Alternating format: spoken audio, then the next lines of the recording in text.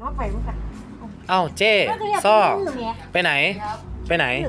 จะเข้าบ้านแล้ว หรอ โอ้แต่กูจะนั่งฟัง แวะมานานหรือยัง กูวิ่งเนี่ยสดกินกรอบเลย บอ เกี่ยวสด เข้าดาวที่ไหนพรุ่งนี้ กูมือตากูไม่เป็น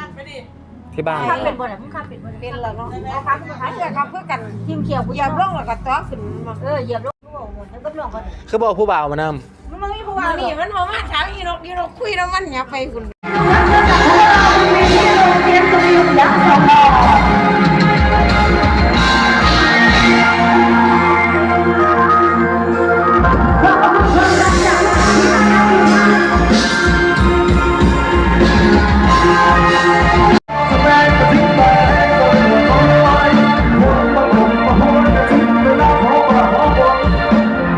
อยู่เมืองใดถึงบ้านน้องที่กลับไปดงโอ้โห